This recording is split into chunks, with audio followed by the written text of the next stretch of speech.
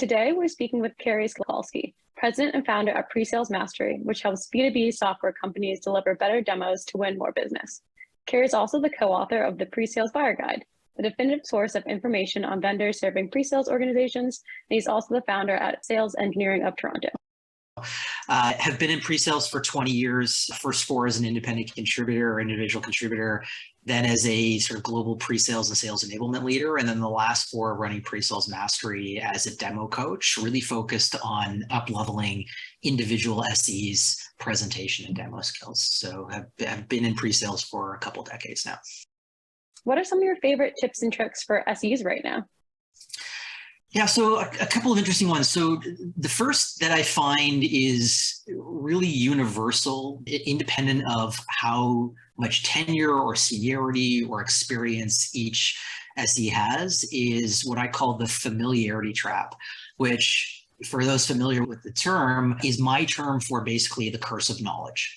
And it's the idea that because we are so familiar with our subject matter and our product and our company, we intuitively assume that the people that we're talking to understand what we're saying, when in reality, often we're under-explaining a lot of concepts that the prospect really doesn't understand. And it's very pervasive. And the easiest example I can give is probably the use of jargon. So everyone's familiar with jargon, any sort of industry or company-specific term or acronym or phrase. And the challenge with jargon when we use it is that most people, when we use a term that they're unfamiliar with in a meeting, will not ask for clarification. And mostly that's because of a fear of looking ignorant or naive in front of their peers or even their boss. And so what happens is they'll just hear that term and not clarified. And what happens from that is that the overall messaging that term is part of also ends up being obscured. So jargon's a really simple example where that happens, but even things like, assuming that everyone can see and interpret everything that's on your screen immediately, when in reality, most of the time when we're demoing, people are getting their first exposure to our product and can't easily interpret exactly what's on the screen, especially in a couple of seconds. So that would be my first one, is to try and avoid the familiarity trap. And the easiest way I can give people as a tip on how to do that is to pretend that you're presenting to your grandmother or your grandfather. And how would you change your verbiage and your language and your tone so that they better understand what you're getting at? Chances are you'd probably dumb it down or simplify it a lot for them. And similar sort of thing usually works really well with prospects. You obviously don't want to overstep that and make it sound like you're being patronizing by dumbing it down too much, but it is something that everyone should be aware of. What are some positive trends you're seeing with pre-sales this year?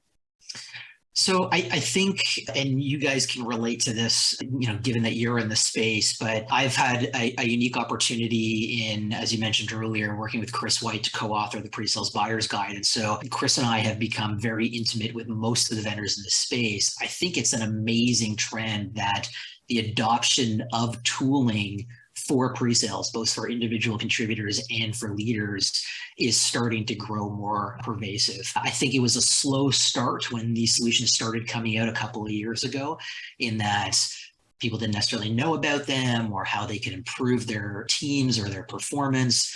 The other challenge is, for the most part, pre-sales tends not to hold budget and isn't usually responsible for buying stuff. And so it was a challenge sort of helping pre-sales leaders build the business case internally to convince sales leadership and finance that they should be investing, and what the business case was for actually helping pre-sales be more effective. So I think we're seeing a pretty impressive sea change across the board now, where the value props for these solutions are much more relevant and obvious now, and more organizations are starting to adopt them wholeheartedly. What are some trends you're ready to see end this year? I'm ready to see the end of remote-only demos and presentations.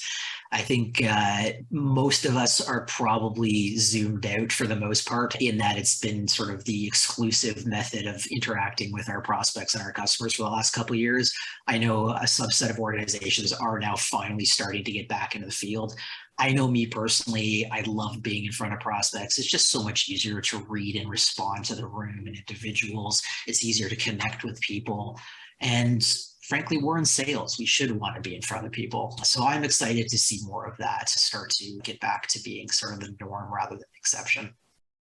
What are some of your favorite resources or tooling for SEs right now? So I'll give you one tooling suggestion, and then I'll selfishly talk about one resource selection. So on the tooling side, there is so many really cool and interesting solutions that are out there. There's also some really neat sort of small tools that are inexpensive and super easy to adopt, but fix really sort of challenging issues that are fairly pervasive in pre-sales. In fact, someone I was coaching today on a demo ran into this challenge, and there's a solution out there called Demo Story, and their website is demostory.io. And what they've done is they've created a Chromium-based browser that is used exclusively for demos. Now, why is that needed? For most solutions, we're typically demoing multiple personas during our demos. We might, doing a finance person, a technical user, the frontline user, the manager, et cetera. All of those have different logins, different configured reports and things, et cetera, that a lot of the time require us to use either multiple browsers or incognito type windows, or even just log out of the first one before we log into the second one, all of which makes for very disjointed demo flows when we're constantly logging in or switching browsers. Demo Stories created a tool where effectively each browser is its own separate equivalent of an incognito instance. And so you can have as many different personas logged in simultaneously on multiple browser tabs, where now you don't have to switch out to different browsers. You can color code the tabs so you know exactly which ones are for which persona. You can even label each of the tabs as well. And so it's a fairly lightweight tool, super easy to use. So if you're challenged around multi-persona demos in terms of just logistical demo flow, really, really neat tool to check out. The other thing I'll mention is a resource-based one, and then selfishly again, is check out, if you haven't already, the Presales Buyer's Guide. It's presalesbuyersguide.com.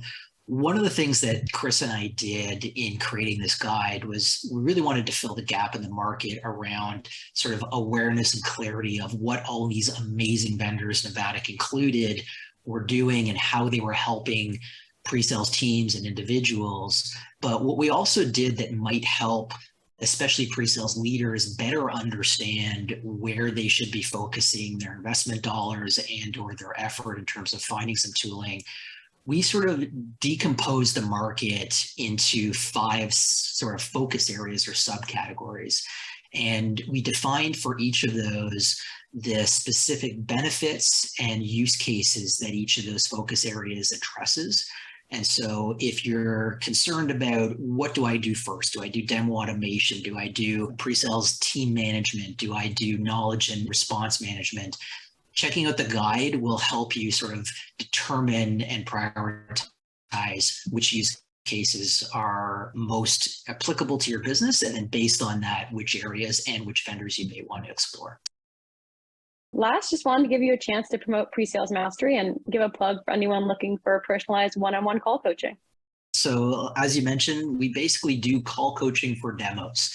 And so we basically work with B2B software sellers to turn them into demo rock stars. So why is our approach different? Well, group training in and of itself can be very helpful, but it has its inherent limitations. And when we created Presales Mastery, we really wanted to solve 3 of those. One is it's group training, and each individual has their own unique skill and experience gaps. So if you're not working one-on-one with people, it's harder to really get to an A+ type of performance rather than say a B+ with group training. The second challenge around group training is it's like any other one-off sales training, which is very ineffective in the long term. Lots of research that shows that we tend to forget 90% of what we learn in one-time sales training. So if anyone's been to sales kickoff, they had that initial great bump for 2 weeks where they got excited and they got all these new techniques, and then we get complacent and then we forget. And a month later, we're all back to our old bad habits. And so what we tried to do to get around that was we tend to coach each individual on a demo each month over 3 to 6 months. So we can start to reinforce and turn into sales muscle memory that feedback. And then the last thing that we wanted to solve with Presales Mastery was the idea that most group training, when you're presenting back to your manager or a third-party trainer, those tend to be simulated type exercises. And how we behave in the wild, so to speak, in front of our prospects is typically different than how we behave in simulated environments. And so we wanted to basically say, how do we start coaching on real behavior in front of prospects? And that's why we do call coaching on demos that have already been delivered to prospects so that you can really understand how to improve your client-facing performance.